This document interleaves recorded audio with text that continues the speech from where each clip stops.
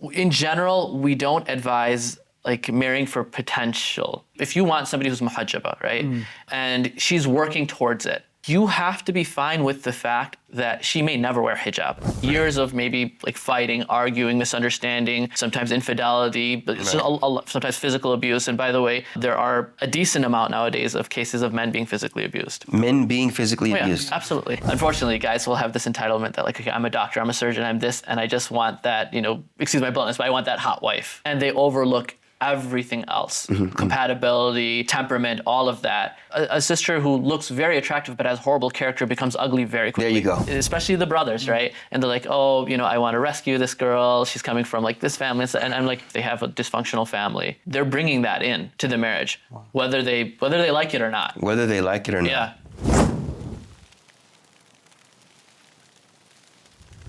Assalamu alaikum wa rahmatullahi wa barakatuh. How's everyone doing? I'm Abdullah Oduro, and welcome to the Iman Cave, where we discuss issues of male excellence while being grounded in faith. I got a divorce. Many of us don't want to hear that. Some of us have even said it. But in reality, it's a reality that we all have to embrace. Some of you are listening right now, watching right now, and your parents are currently divorced. Some of you right now are currently going through a divorce. It may be ugly, and it may be a blessing. Divorce, problem or solution? We're going to cover that today because it's very important in the life of a man that if he is someone that leads a family or someone that tried to be a very important component within the family structure, he has to know what this means. Many men right now that are looking at marriage are thinking, man, if I get married, it's going to be detrimental to my manhood. It's going to be detrimental to my success. It's going to be detrimental to my future. Many men out there don't even want to get married because what's in it for me? If I get a divorce, it's not going to be to my favor. What's going on in society now can be detrimental to me as a man and my success. That's what we want to talk about today, particularly in this series that we're going to cover of marriage or divorce. Is it a problem or a solution before marriage, during marriage, and after marriage? But today, we're going to talk about before marriage. What is important for the young Muslim man to know in regards to divorce, in regards to that which can separate al-mar' min zawji, an individual from his partner. And we're going to talk about that today, fi khilal al-hadith, and particularly in covering the particular hadith of the Prophet sallallahu alaihi wasallam. That's on the authority of Abu Hurairah radiallahu anhu, may Allah be pleased with them. That's narrated by Bukhari and Muslim, where the Prophet sallallahu alaihi wasallam says, "Tunkahu al-mar'atu li arba'a, limaliha wa lihasibiha wa jamaliha wa diniha. Fadfar li dhati ad-din taribat yadak." The Prophet sallallahu alaihi wasallam, he said that a woman is married for four things: for her money, her lineage, her beauty, and her religion. And you'll be successful with choosing the religion. Here, he is giving a reason, or he is saying what men typically usually marry for. And we're going to cover each portion of those with our beautiful guests today. Firstly, starting with my man, Murad Awad, alhamdulillah, youth enthusiast and entrepreneur. Do you have your Burgati's website up yet, man? Oh, yeah, hamburgatis.com. Hamburgatis.com. Catch him in a masjid near you in a parking lot. He has a food truck. He's going to take the world tour. Inshallah, soon, very soon. Very soon, alhamdulillah, rabbil alameen. And our illustrious guest, mashallah, Usman Mughni, licensed marriage and family therapist. Mashallah, he's been around this community for a while. He's a mentor of mine, mashallah, in regards to this, in this chapter of life, which I feel is very, very important. He's been involved in the Dallas community for a long time. You look at many videos. I have interviews with him in my masjid, and Sheikh Yasser Burjas, mashallah, he's been a very, very important component in this community in regards to marriage and, as we will talk about, divorce. But just giving a brief background of yourself, Usman, Dr. Usman, where did you start out from? Where were you born and raised? So I was actually born in Pakistan, but I came here in '87, so when I was very young. I was 3 years old at the time. Mm-hmm. And I spent most of my life in Chicago. Studied. I was similar to you, switched fields, right? So I was radiology tech for about a decade. Oh, really? Okay. Oh, yeah, we spoke about this. Yeah, Yes, I used to operate the C-arm, that giant thing. Yeah. Wow, memories. Right. Yeah, that was actually one of the reasons. Some of my experiences there at the hospital that led me to become a therapist. Some of the patients that I worked with, and then I was a school teacher. So I went overseas, studied in Egypt for a little bit, came back, taught Quran. MashaAllah. In Maryland. At Al Huda School. Al Huda, okay. Yeah. Oh, you're familiar with Abdullah. Yeah, that's where, mashallah, even Muhammad Sharif, Correct. that's where he started. Yeah. That's where he started. So my family is very... Shout out to Safi Khan, mashallah. Very entrenched in that community, alhamdulillah. So we've been going there since... like Sheikh Jafar Idris and all them were there. Wow. So a long time ago. Alhamdulillah. That's an OG right there. Alhamdulillah. Yes. SubhanAllah. And then you moved to Chicago. Yeah, so I moved from Chicago to Maryland, then back to Chicago. And then, subhanAllah, it was an Al-Maghrib class that Sheikh Yasser was teaching. I came to visit him. He knew what field I was in, and then he spoke about the Dallas community. This is 2013. Okay. And then he was just like really selling the community and saying like, look, come here. It's like, we need somebody with that skill set. So I just, alhamdulillah, I said, Bismillah, I made the move. Wow. It was a scary move, subhanAllah.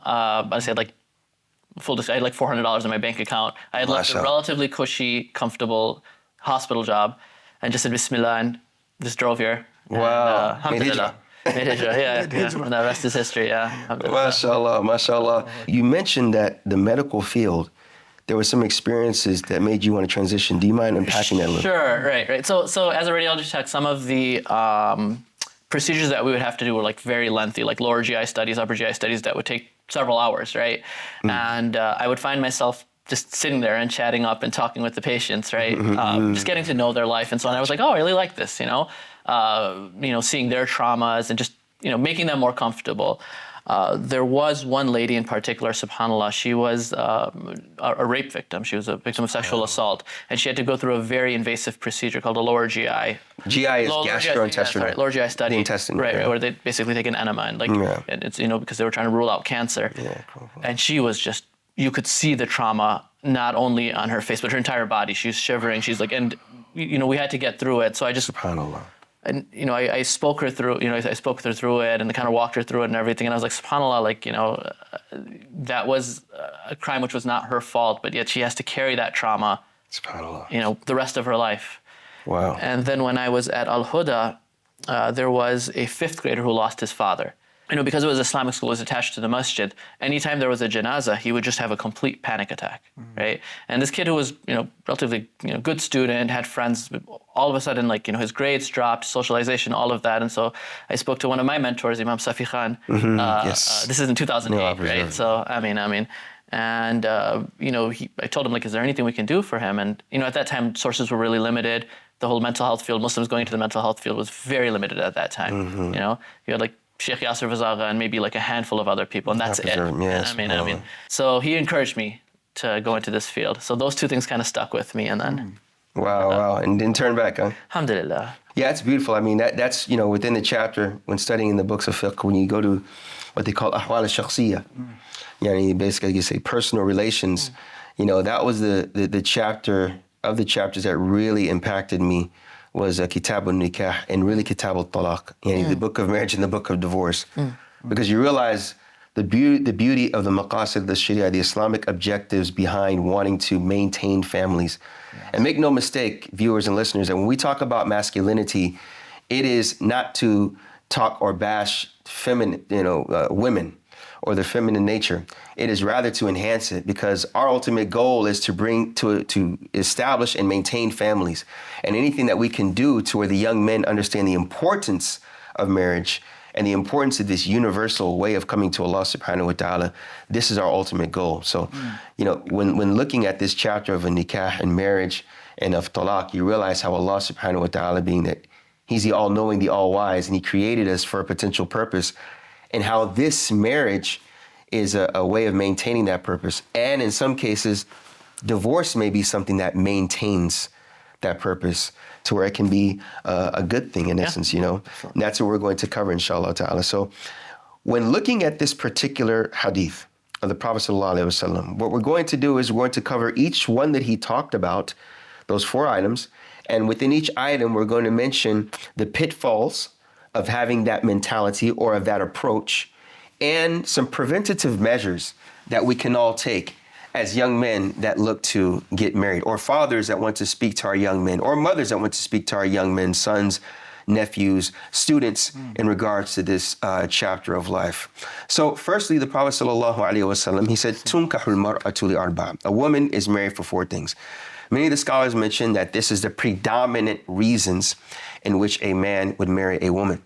So the first thing he said was her money. Now, it's kind of interesting that a man would marry a woman for her money, but it's an important characteristic or angle to look at because, you know, it really, as all 4 of these are touching on the issue of compatibility. When you look at her economic status, which can carry over to the next one being her family, one man may marry a woman, let's say particularly if she has a career already and he's in pursuit of his career. Should he continue on with that? Or it may be an education. Mm-hmm. You know, you find that many men may be intimidated. She's a PhD and I'm not.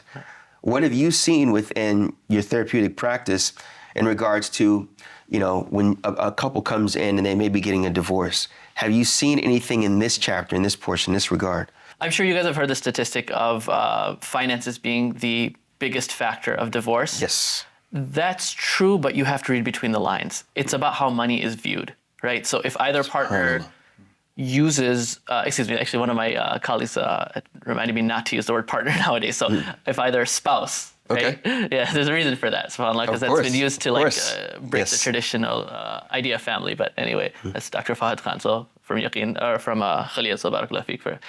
Reading between the lines means like, how is money used? Is it weaponized? Is it used to insult somebody else, to put somebody else down, right? So what I've seen successful marriages where, you know, one person doesn't have a bachelor's degree and the other person has a PhD, but the man has a drive and a hustle and understands truly the meaning of qawama, and the wife respects that. Like in fact, I know 2 couples personally where the wife is, mashallah tabarakallah, 7-figure salary.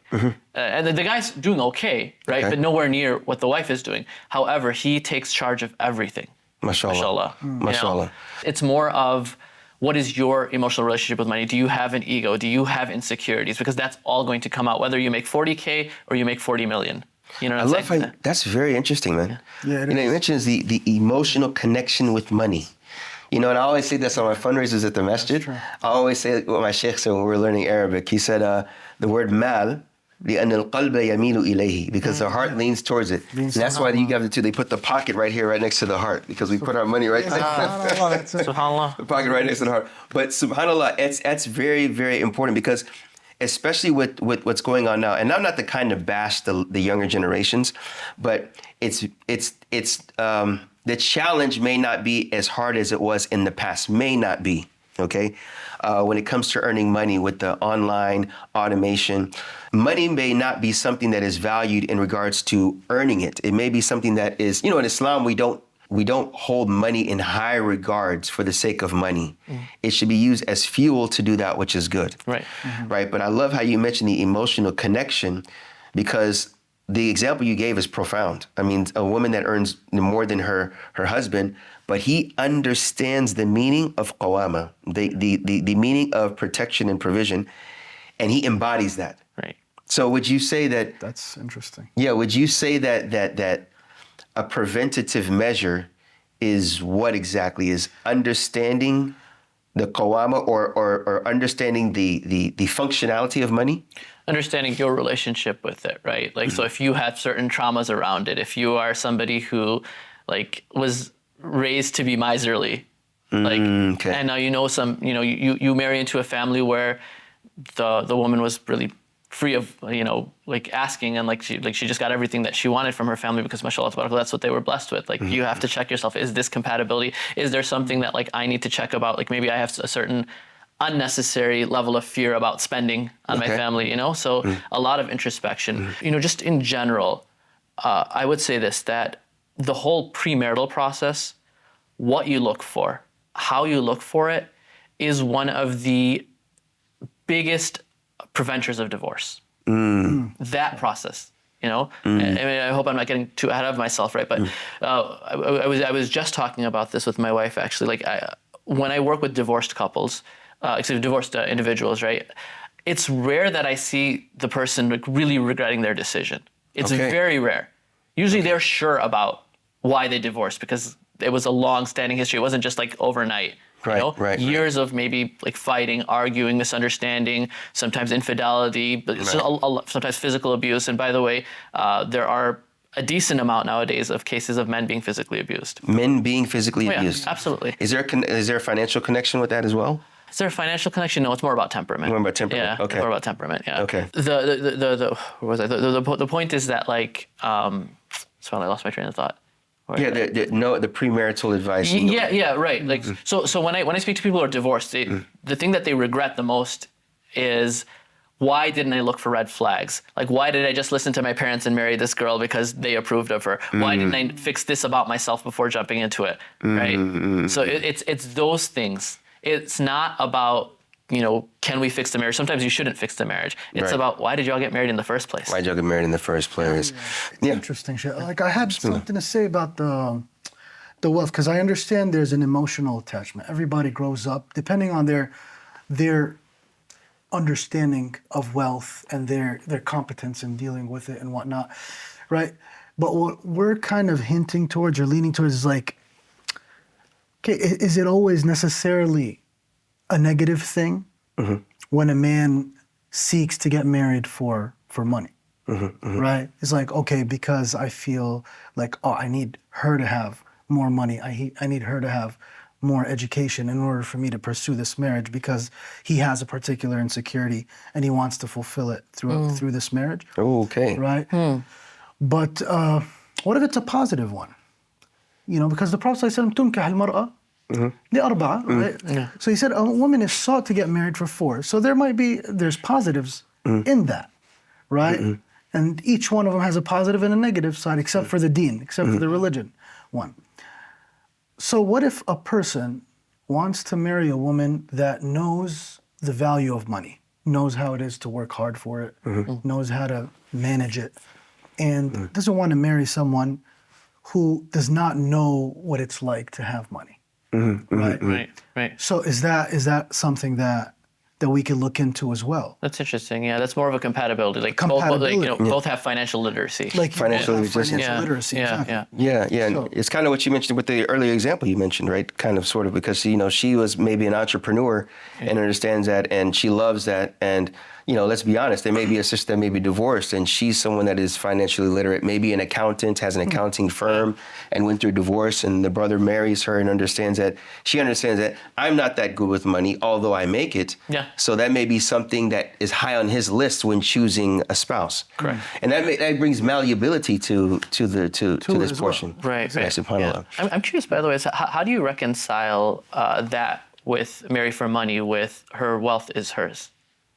You know what I'm saying? Like, it's not yours, it's hers to spend on herself and choose to do it. So how do you... Right. So that goes back to like even her lifestyle. So say her lifestyle is a certain way, like the particular example, you know, the money she makes is hers, but I still have to spend on her in this way. Now, does she understand, does she know that I solely will not be able to provide in the lifestyle that she used to have? Like she has the black card and she's used to having that black card and just, you know, but she's willing to make that money to spend it. But she knows if she loses that, then we're going to go to a visa. Right. And she's okay with that mentally because like you said, she doesn't have that emotional connection, unhealthy emotional connection to money. She recognizes that her husband is providing, you know, but it's like... Maybe her husband was like her father. Yeah. And she was the one that broke the chain and made it big, quote unquote, right? Yeah, so that's what the real reconciliation could be, really, when in regards to that. So I think ultimately when looking at the emotional connection with money, it's very important for young men to examine, and I think it's important to look at what we consume, because when you're talking about, you see these videos, get rich with 4 steps, make money. And then some, you know, let's be honest, some guys are listening to music and then money is like, that is the ultimate goal. And it takes you away from your ultimate purpose. And then sometimes we find on the female side, the women say, if he doesn't have money, there's 6 figures, there's no chance. So then men will feel inadequate. Right. And they close the door for marriage. Right. So I think it's understanding money, as you mentioned, and examining their connection with money, what it is and its functionality. Sheikh, like when we say the word qawama, isn't it primarily referring to the financial obligation of the man? It can be, because Allah subhanahu wa ta'ala says, وَبِمَا أَنفَقُوا مِنْ أَمْوَالِهِمْ, right after, and what they spend from their money, right? Exactly. So if, to an extent, if somebody seeks marriage for the finances that she can provide, it ultimately takes away from their qawama to that extent. That's it, yeah. See, he opened the door, Murad opened the door, man. So let me ask you this. No, good. Can we say that, because you made a very important qaid, or you made a very important caveat, which is very important, and that's what I wanted to mention as far as a preventative measure. Drive, ambition. Right. She may have the PhD, and he's still a sophomore in college. Went to college late, okay? He tried entrepreneurship after he graduated from high school, 5 years, didn't work out. Decided to go back to college. When he was in college, he met her. She is a senior. She came, and she has more money now. Mm-hmm. But she knows he has drive, and she married him for that. He sees within her that she respects him for his drive, right? What would the situation be if it carries on and he eventually loses that drive? Because what I think that you're alluding to is that she may end up resenting him if she sees he's just on the couch and doesn't have any drive to do anything anymore. Right. And that's where that qawama kind of disappears. Because when Allah says, الرجال قوامون, I mean, there's a level of respect involved in that. That the woman always respects the one that, spends on them, gives, protects them, shelters them, defends them against any harm, is always there for them, right? As like the person they could lean on, libas, right? Yeah. The libas, the garment. Right. When a woman stops seeing that in the man, right? She starts to think to herself, okay, where's the qawama? Right. Okay, now why am I gonna respect it? I'm defending myself. So have you seen resentment grow from the wife for the husband because of the lack of drive to continue on a career that would eventually lead to him financially? 100%. And it's not just like, somebody who's a sophomore in high school. I've worked with people who have degrees. Right. Mm-hmm. Some of them are like, finished medical school. Some of them have MBAs, but they just, they don't have that hustle. Right. Like when we talk about drive, right. If somebody has it, I feel like they have it. It's something tangible. You can actually see it. Like, there's evidence of it. Right. There's evidence for this person. Like, okay, my parents didn't have much money, but I worked 2 jobs to pay through college. Right. It's a mindset. I have this mindset that no matter what, I don't care if I have to drive Uber, deliver pizza while going to school at night. Somehow, some way, I'm going to provide for my family. Right. That mindset is it usually sticks. Right. What I see often is I'm above this job. I'm above that job, so let me keep applying for a job that matches my MBA or something like that. And that's where the wife will get understandably so frustrated. And I've seen this a lot where they're just like, dude, just work anywhere, work at Target, do something and build yourself up, right? Very interesting point. It's about the idea of just not stopping and like having this mentality that I don't have a choice. And getting over being seen, let's be honest. Getting over being seen at Target, bro. Right, I mean, yeah, but the ego shit. Ego. Like the ego. Yeah, like his role should take precedence over the ego. Exactly. 100%. 100%. Yeah. Right? Yeah. That's humility, right? When I came to Dallas, my son and ex-wife, we'll get to that, were in Pakistan at the time waiting for, because I literally had $400 in my pocket, right? While I'm setting up my practice, alhamdulillah, from the mercy of Allah, like I was during QI, during the Quran intensive, like I was driving their van, driving the students back and forth. I have 3 degrees. It doesn't matter though. I love my family more. I love my son more, than my ego. Come on, let's change something. Give me no show. Yeah, so I've seen people do that, and like this is what I advise, like even young sisters. I'm like, if you see that in a guy, you'll be okay. Yeah. That's beautiful, man. That's a beautiful, beautiful point. SubhanAllah, my talking about like marriage and whatnot. My father-in-law, rahmatullah alayhi. Allah yarhamah. Hajj Ali, he was a righteous man. he saw that drive in me. That's all he cared about. Like I didn't really have money like that. That's beautiful, man. But he saw I was a hustler. Yeah. And he was like, okay, I was still in college. I didn't graduate yet, but I tried to open, like I had business and whatnot. I was a car dealer at that time. I'm still to an extent a car dealer. I'm always a car dealer. But yeah, it's like once a hustler, always a hustler. Like you just never stop. Yeah. But so like, it depends if I find a good deal or not. Exactly. Right? But at that time, like wallahi, I went and I was just talking confidently and whatnot. And when I spoke about the mahar, it was nerve-wracking. But, and I made a commitment. I'm like, okay, now I got this commitment. I gotta grind. And subhanallah, you know how Allah makes it easy. So, the hadith, the hadith thalathatun. حقا على الله يعونهم. I memorized that hadith, brother. Yo, that hadith, Sheikh, was in front of my eyes the whole time. I was seeking marriage. Yeah. 3 people that Allah, you have a right on Allah to help. Like, and if you are a single person that's looking to protect yourself from haram, then you have a right on Allah to help and assist you in order to complete marriage and to pay for it. And wallahi, I found that shit. Wallahi, I had deals within 1 week. Subhanallah. That I never had in my life. Like I would make, like that month I made enough to cover my wedding and extra and everything in between. In a single month. And I'm like, yo, how am I getting these deals? Where is this coming from? And it just came. All I had to do is get up and move. And I asked so many shabab that are seeking marriage. And as long as you have that drive, it's always that, like, because Allah knows your capability. You can't just, like that ego has to be separate. You got to grind. Which leads to the next part of the hadith, because all these are really connected. So the second part of the Prophet said, wali hasabiha. Her family. Marry her, or men marry a woman because of her family, right? You mentioned your father-in-law, right? Subhanallah, and what he saw, the drive that he saw, that quality that he saw, that you'll get money regardless. That's a what do you call it? A result of that, a byproduct of that drive.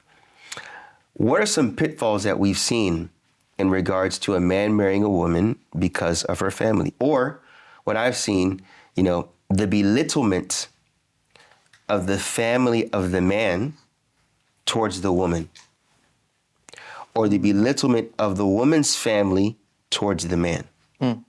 Have you seen that in your practice? It's tough because some of those can be red flags, right? Some of those can be like, should she be punished for the crime of her parents? Right, exactly. Talk about it. So it's like, when you're marrying into a family, right? Thank you. And so there are certain things that, in general, we don't advise like marrying for potential. Let me explain what that means, right? So if you want somebody who's muhajjaba, right? And she's working towards it, you have to be fine with the fact that she may never wear hijab.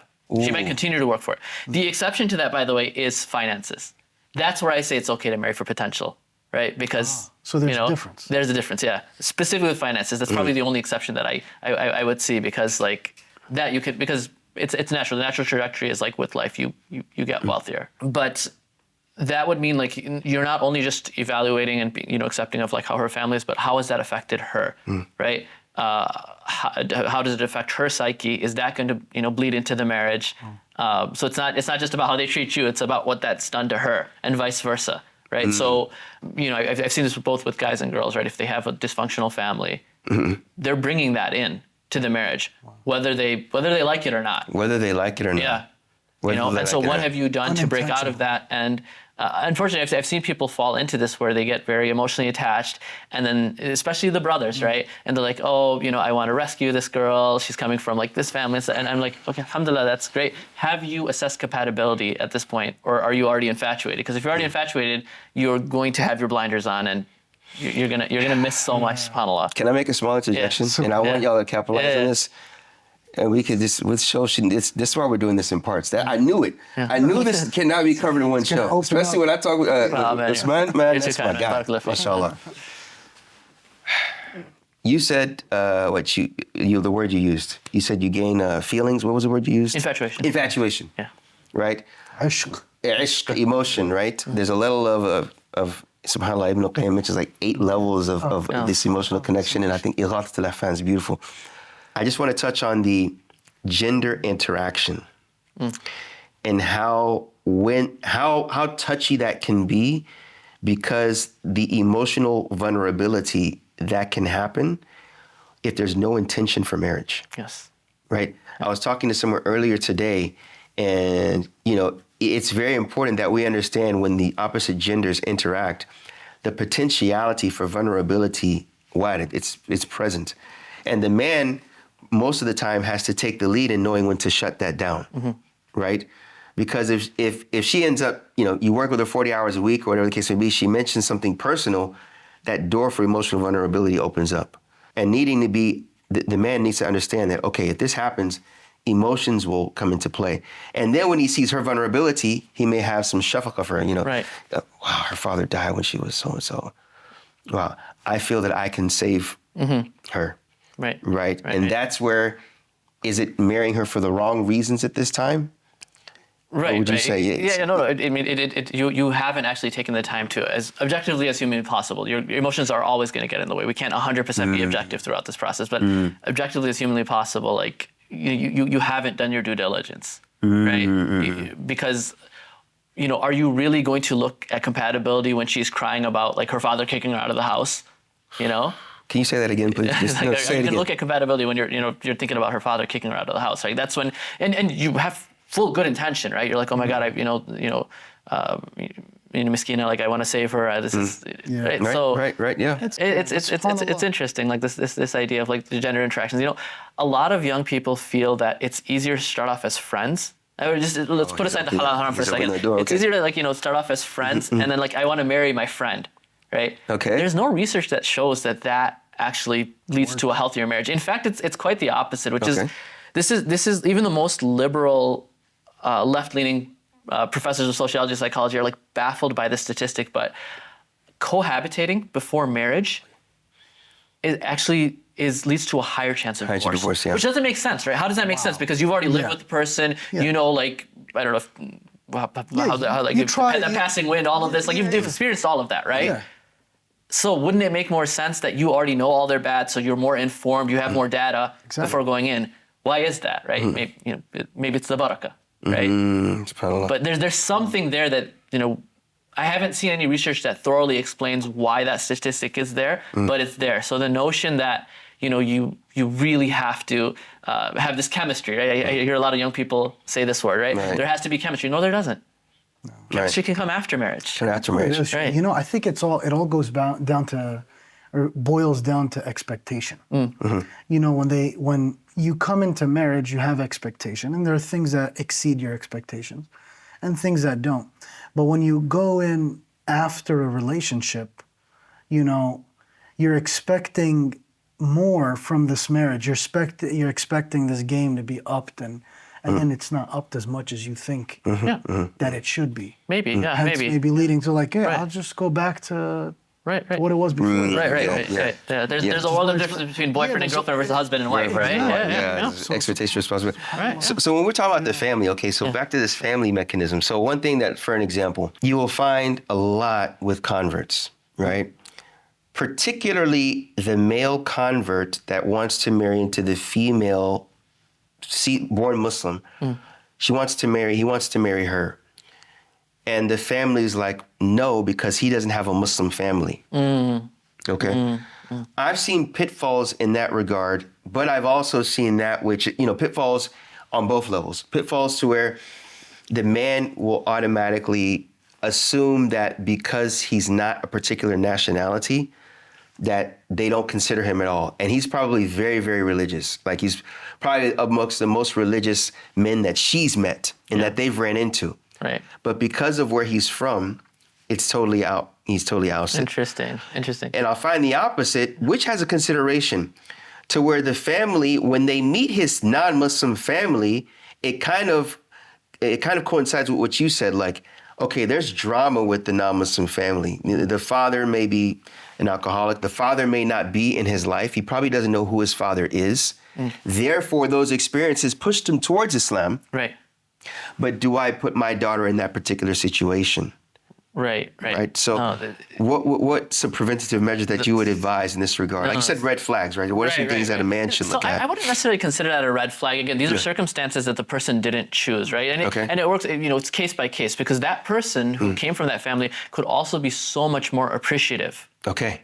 Of the girl's family, yes, of the girl, of the Islam that they bring, right? Yep. And then forgive me if I'm like generalizing, but typically with non-Muslim families, right, the mother-in-law is not as invasive, so more hands off, right? If you marry a convert, typically the mom is not going to be, I'm speaking specifically like South Asian families. If you marry a guy from a South Asian family, right, I'm from Pakistan, the mother-in-law is going to come with certain expectations, this, that, right?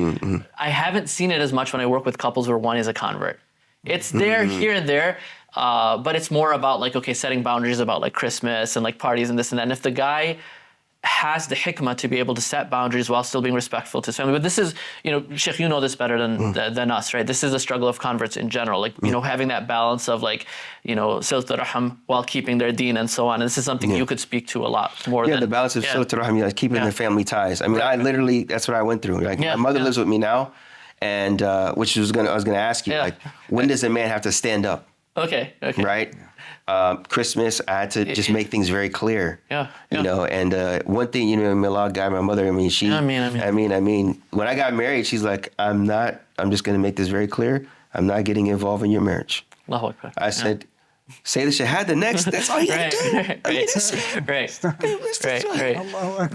And so among Desi moms, that's a minority. It's very rare for a mom to say, I'm not getting involved in your... Okay, talk to them. Okay. First, talk to the mothers, please. And then talk to the sons in this situation. The situation where the mother gets involved with the boy that wants to marry the non-Muslim, the new convert sister. Right. No, absolutely. So first for the moms, right? And I mean, I'm a parent myself. I have two of my own. Yes, sir. Stop babying your kids, especially your sons. Stop babying them. Let them make their decisions, You're there as a guide, but like you're raising a generation of man-childs, I don't know, So that's to the moms, right? To the sons, and this is something I've seen a lot within the Desi community in particular. I believe it's an Arab community, please, correct me if I'm wrong. And that's the idea of for men, struggling with this idea of bir al-walidain while balancing my wife's rights. And, I love my family, but I also love my wife, and I don't know how to create that balance. So I'll end up hurting one or the other. And it's always a push and pull. Is that a reality that you have to accept the fact that you will hurt one? You're not always going to, the reality that you're not always going to please everybody. There you go. Yeah. I think that's a safe approach. That is a safe approach, yeah. Right. I think that's a part of masculinity. I think it's a rites of passage, knowing when to choose mom and knowing when to, because there's other fish in the sea, son. Yeah. Right? Like that. Yeah. Right? As opposed to, well, this, I'm not saying this fish, but she's definitely the one that's compatible. Right. And just because she's not, let's just be honest, just because she's not, Pakistani, but she may be Indian or maybe Bengali, or because she's from Nigeria and you're from Ghana, that is almost irrelevant, Mom. Exactly. Right? And can you do that respectfully? Like, you can set boundaries, right? Sometimes, like, when I talk to young people about the idea of boundaries, they think it means like, being abusive towards their parents and saying, I'm setting this boundary. No, that's not what setting boundaries means. What is it? Setting boundaries means like knowing your principles, but being respectful to your parents as you set those principles, right? Okay. The first generation of Islam had their boundaries. I'm not going to worship an idol. I'm not going to do this. But they didn't curse their parents out while doing that. Beautiful. Right? Beautiful. So that's our example. And we're going to differ with our parents. Each generation is different, right? SubhanAllah, I don't know when my daughter is 7 months. I don't know, by the time she's of marriage age, like what the environment is going to be, what the climate's going to look like. My thesis in grad school was actually on mate selection within a Pakistani American population. It was a cross-generational comparison. So I was looking at what our parents looked at versus what we look at, and the difference in methodology. Okay. And so this is one of those things, like our parents' criteria is very different from our criteria. Very different. Yeah, right. At least within the Pakistani American population, right? So they looked more for cultural compatibility, where, I'm, first generation, like, I love Pakistan, I love the food, but I identify very much with, American culture as well, right? I can quote Fresh Prince of Bel-Air more than I can, quote Junaid Jamshid or something, right? So I think it's what we've seen, at least among the religious crowd within that, is that they look more for religiosity over culture. And so that's a shift that's taken place. Yeah. That's and the convert falls right into that. Because I was going to say, as American, even within Americans, I guess I would say third generation Americans, the cultural compatibility will kick in as well. Yeah. Right? Absolutely. You'll find the Americans say, man, why are you marrying a Pakistani girl, man? Well, you trying to be Arab? You trying to be... I've seen and heard that. I think many of the parents, especially the immigrant parents, Yes. that came here, never thought as far as to when their kids are going to get married in America. They just thought of coming here, settling in, and building in a life, making some money. Did they think of who their child is going to marry and what they're going to be looking for in marriage and whether they're going to be religious or not? Let's say there were no masajid and Islam wasn't as strong or prevalent and there weren't established Muslim organizations and whatnot. And they would have just got watered down and they would have probably ended up marrying someone that's not from the culture at all and probably not part of the religion either. Right? But now, alhamdulillah, with Islam being the common ground, that's a blessing from Allah subhanahu wa ta'ala. And I think, a lot of parents kind of miss out on on seeing that. They just want a little bit more. No, I mean, you can't grab it all. You can't have everything, You moved thousands of miles away. And alhamdulillah, Rabbil Alameen, this is a beautiful thing that's taking place. Right? Someone that said that accepting Islam and coming into the faith. And subhanAllah, my sister-in-law, she married a convert brother, and mashallah, they're doing well and they have kids. MashaAllah. Allah Mubarak, and things move on. There's a lot more intersectionality there. But is it okay? Is it okay? Because we are parents and our children are going to get married soon, inshallah. Inshallah. Is it okay for us to say, or that our parents said, طيب خليك مع واحد فلسطيني زينا ولا that's what my parents said. Why don't you just marry someone from our own? Yes. Yes. They feel like, we lost Murad, I got married to an Egyptian. Okay. So, and that's far for a Palestinian, Wallah. Yeah. Although Egyptian, I see them as the same as us. I grew up with Egyptian brothers and sisters, they're, we grew up with the same type of, families, but, with a little, some cultural differences and whatnot. Right. For my family, I think that was far. I was like, wow, the rest of my siblings all married Palestinians, Interesting. Kind of like the outcasts. Right. But alhamdulillah, I'm happy, that I did, because I never saw that, I never had that filter. Right. That she had to be Palestinian. Although, and I respect people that do, because maybe they what they value. I met a brother who was looking for, he's like, look, I love my food. I can't stand somebody cooking anything that doesn't taste like my mom's food. Right. I would just not touch. And that's okay. No, that's fine. That's just the right of passage. Passage, right? Or preservation of language. I've seen that as well. Preservation of language. When we get together, it's more comfortable. It's more. That's a big thing. And I seen somebody a father come to me, because I did some counseling for these younger kids. I gave them advice and whatnot. And when the mom or the dad would come, they're like, hey, I just always imagined the children of the spouses of my children to all sit together and understand my language. I don't know how to talk English. That's not my first language.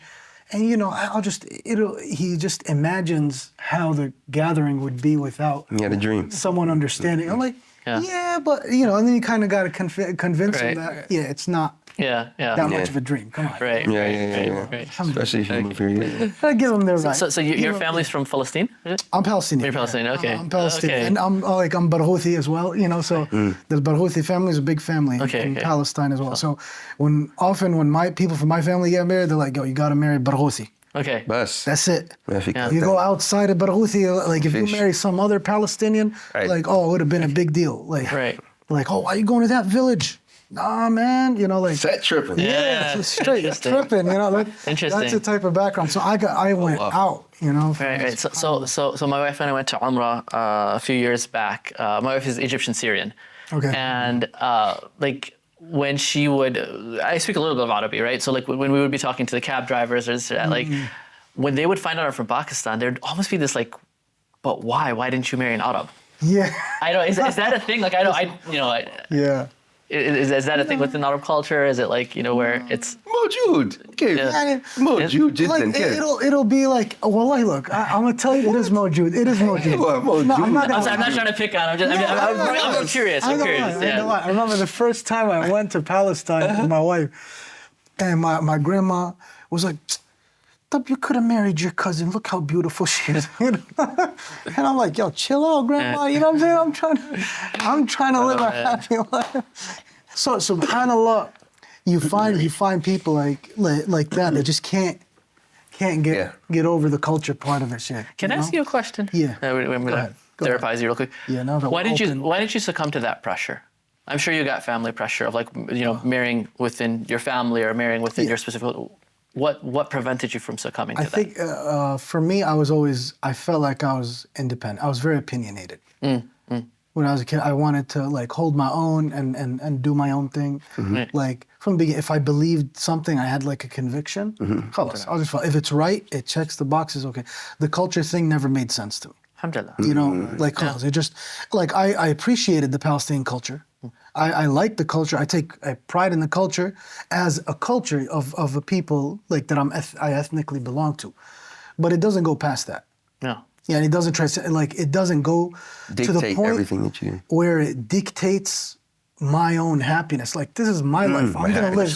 I'm gonna live for whatever 50, 60, 70 years. I'm not gonna let this culture that I happen to be born in dictate how I'm gonna live this life. You know what I'm saying? You were decisive. You were sure of yourself. Yeah, I'm like, oh, I'm looking for this type of wife, and that's what I feel I need in my life. Mashallah. That's I just made that decision. Yeah. By the way, that mentality is what we need brothers to have. Like barakallah feek, that idea of like decisiveness, because that also translates over into being able to defend your spouse, being able to again like have that grind and hustle. That all goes together. Yeah. You know, so Mashallah. inshallah. Mashallah.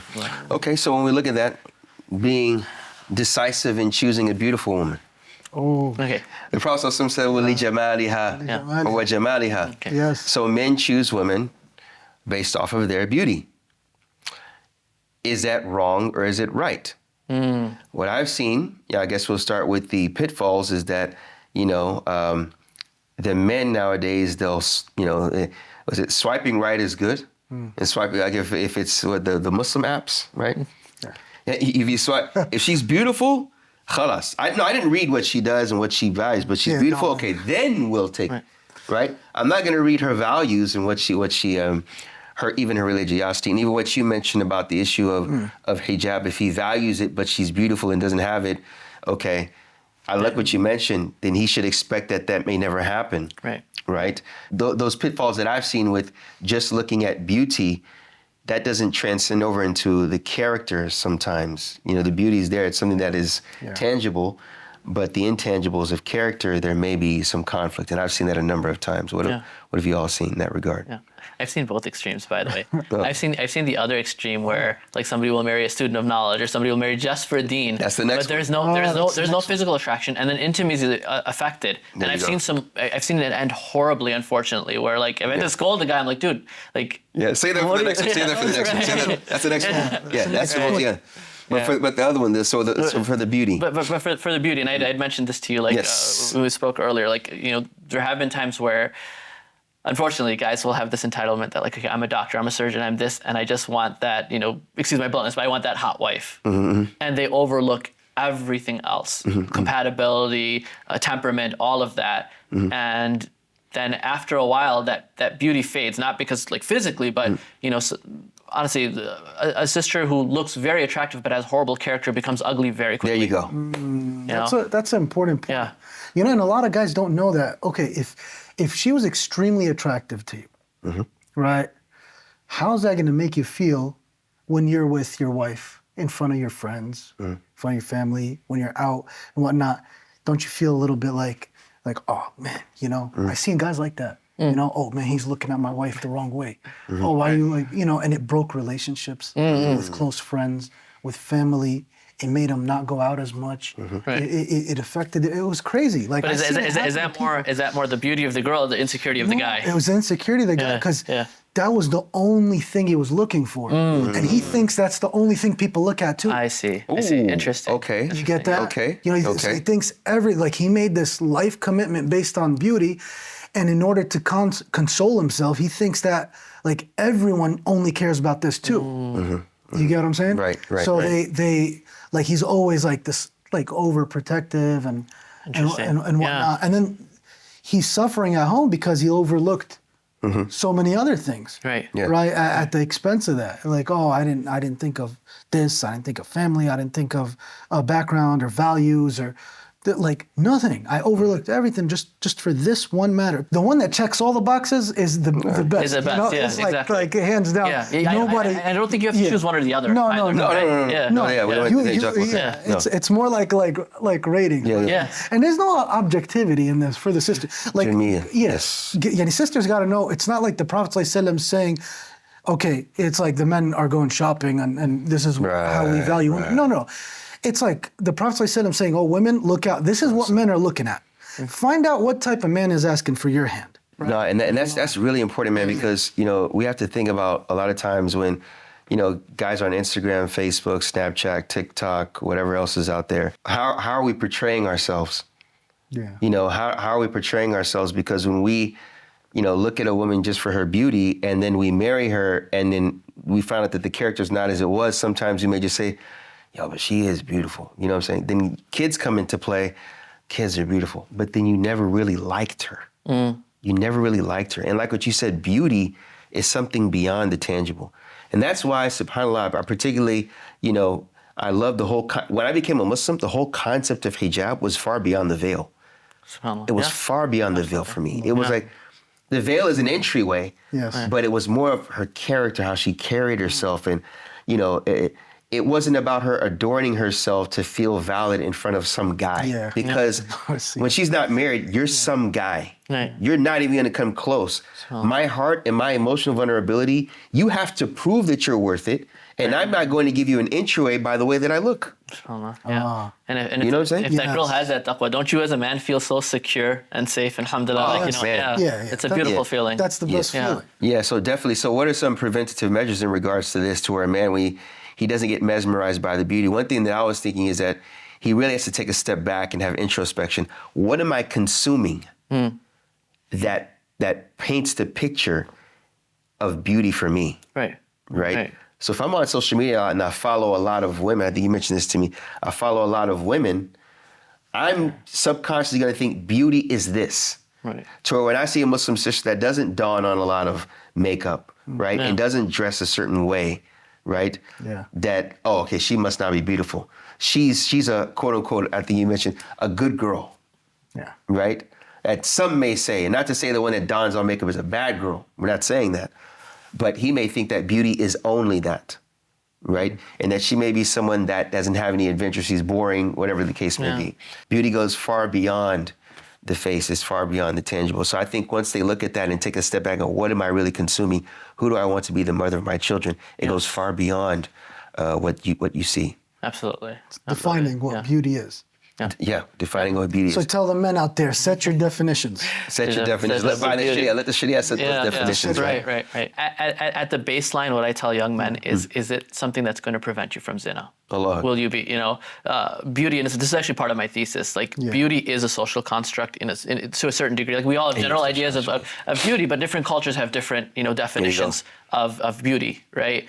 Whether it's skin tone or whether it's like, very true. Right. Like I think so some tribes like value like long necks, right? And so they, or ears like, right? So one of the research studies that they did on beauty is they would have somebody look through like a one-way mirror at somebody else and kind of rate their attractiveness. And so they would look and say like, wow, that person's like an 8 out of 10 or 6 out of 10 maybe, right? Let's say, okay, this person's 6 out of 10. And then you would have another group of people join in that room and also look and just kind of like whisper among each other. It's like, man, that person's so good looking. They're like a 9 out of 10. And then the first person would change their response. Right. Oh, I see the pressure. Based on like, well, if everybody else thinks social that, construct.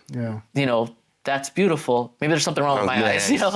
So those are, it's interesting. It does, it changes, but if she's beautiful to you, alhamdulillah, she's beautiful to you. If it's going to prevent you from zina, if it's going to, protect you in that sense, alhamdulillah. Long gone are the days where, the first woman you ever saw like her leg is your wife, right? And that would excite you. That's gone now, right? Unfortunately, you go to the gym and they're half naked, Allah protect us, Yeah, exactly. Exactly. Which leads us to the last point, which you're talking about. The Prophet ﷺ said, Lidiniha. Fadfar bilat ad-din taribat yadak, and be more successful with the religion. And he makes a dua, which was to al-hath. It was like to encourage, looking for the one that has the religion.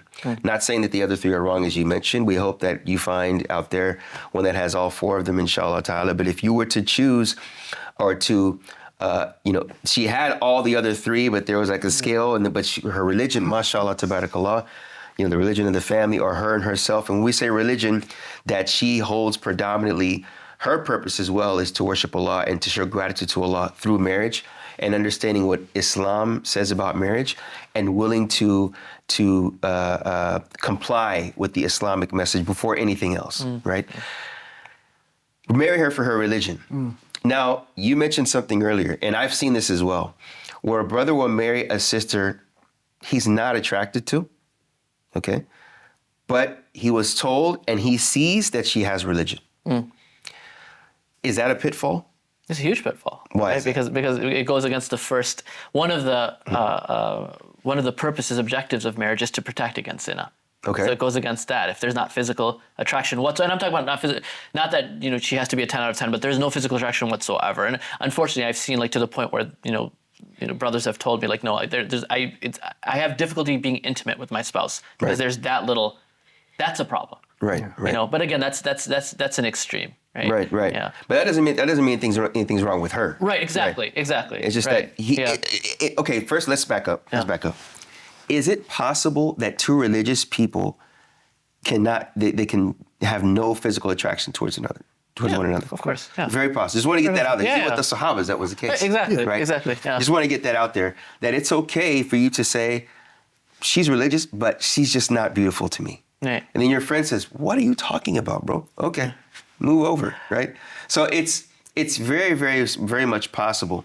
So that's why just starting with that you mentioning that if someone marries for their religion, because I met brothers, they felt guilty. Yes, exactly, and that's what drove it. Yes. Right. Yeah. Everyone's saying, grandmother's saying, I noticed she was 2. Yeah. What do you mean? Right. And he doesn't want to mess up everything, nor does he want to hurt her feelings. Yeah. That's true. But what's going to hurt more? Yeah. There you go. So, What's gonna hurt more? Unpack that. Because we're talking about masculinity here. Right. Just like you mentioned, decisive and knowing what you want. Exactly. Being decisive, knowing what you want, being honest, right? And doing it in a respectful manner is going to save the girl's feelings and yours and potential children, way more than you feeling bad, feeling guilty, going through with something, even though your heart tells you this is wrong. I've seen this a lot. Okay. Right? Going back to the whole idea of the importance of the process of looking at what you look for, right? Right. When people divorce, they go back to those moments and say, man, I knew I should have trusted my gut. Wow. Right? Even people who've got divorced after 20, 30 years, they remember those moments, the whole courting process. Oh, yeah. 100%. Are you serious? 100%, yeah. So they'll talk about, during their divorce, 20 or 30 years later, they'll talk about that gut feeling they had in the beginning. Yeah, I knew this red flag, I knew that red flag, and it, most of the time it turns out to be true, right? You were spot on about that red flag, right? You thought maybe it'll go away, maybe if I just focus on this one good quality, it'll, and it doesn't. She has a religion, right? By the way, I liked your definition of religion. Can we define deen? Because mashallah, we're in Dallas. There's very broad. There's a lot of students of knowledge, right? Does deen mean somebody who's memorized Alfiya ibn Malik and Shatibiya and that's it, but has horrible akhlaq? What is deen? Yeah, because deen doesn't mean she's in an Islamic seminary only or whatnot, or hafidha Quran, or that's not deen only. Right. Deen is more than that. Yeah. Deen is much more comprehensive. It's much more comprehensive. It's someone that is trying their best to please Allah subhanahu wa ta'ala through the framework that He has given them, in their actions and in the way that in their actions with themselves and with people and with Allah. It's the beautiful hadith of the Prophet ﷺ when he said, Mu'adh bin Jabal, You know, he said, "Ittaqillah haythuma kunt." Him and Abu Dhar. He said, "Fear Allah wherever you are, and follow up a bad deed with a good deed to erase it, and treat mankind in goodness." In goodness. So when you talk about akhlaq, it's very, very important. Your akhlaq, because you know, on the flip side, you'll see the brother at the masjid, mashallah, he's smiling with her, but at home, Allah musta'an. Right. So it's about being mindful of Allah wherever you are, which is actualized by following up a good deed with a bad deed, erase it, and treating mankind with good manners. So it's very important that you mentioned that point. The student of knowledge, you know, is someone that is trying to get a hold of the authentic sources that will assist him if he embodies it to make him or her a scholar or to make him or her a better person. But it's a huge responsibility because now you know. I tell a lot of guys, like you said, someone that'll keep you away from zina. I say someone that when you wake up in the morning, you see her face, she's attractive, you're attracted to her. Like just the way, you know. That's it, right? That's it. And then when she starts to speak and the way she talks to you, it's magnetic. By the way, I'm sorry to get, like, this is for the young men in particular, right? Like the whole idea of like beauty, it works both ways, and it's also about upkeep. So barakallah feek for like, you know, promoting fitness and all of this. No, seriously, honestly, right?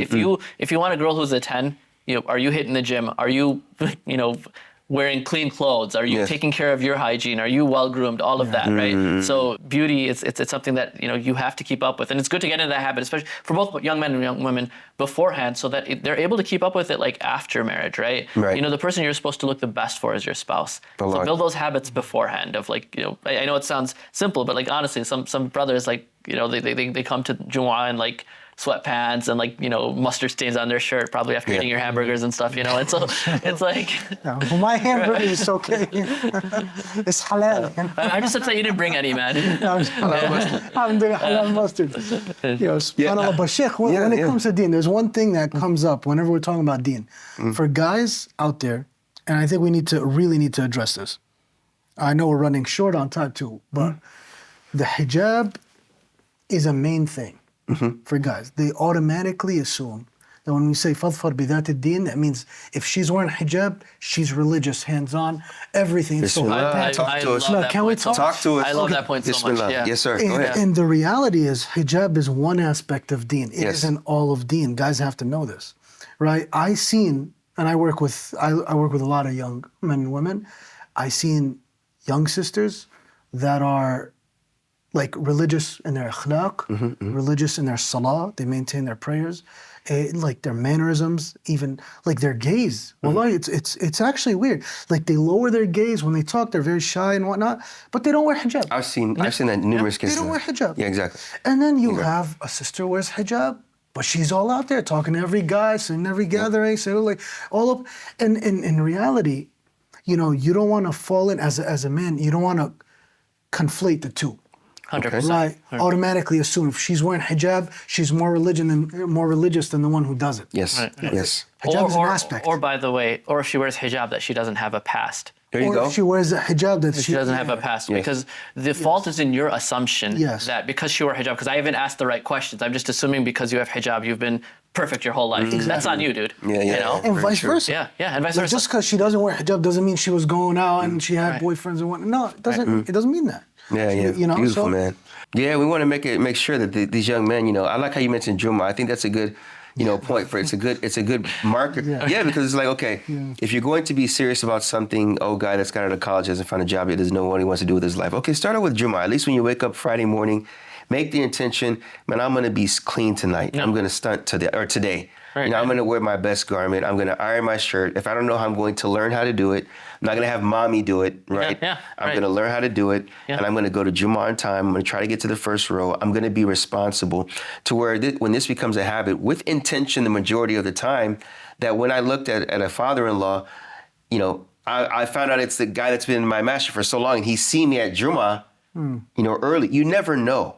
So it's beautiful at this hadith that it's so comprehensive, and I feel blessed that I was able to share it with both of y'all, mashallah, because there's much more that can be talked about, inshallah. And we're going to talk on the next episode, bidinillah, about during marriage.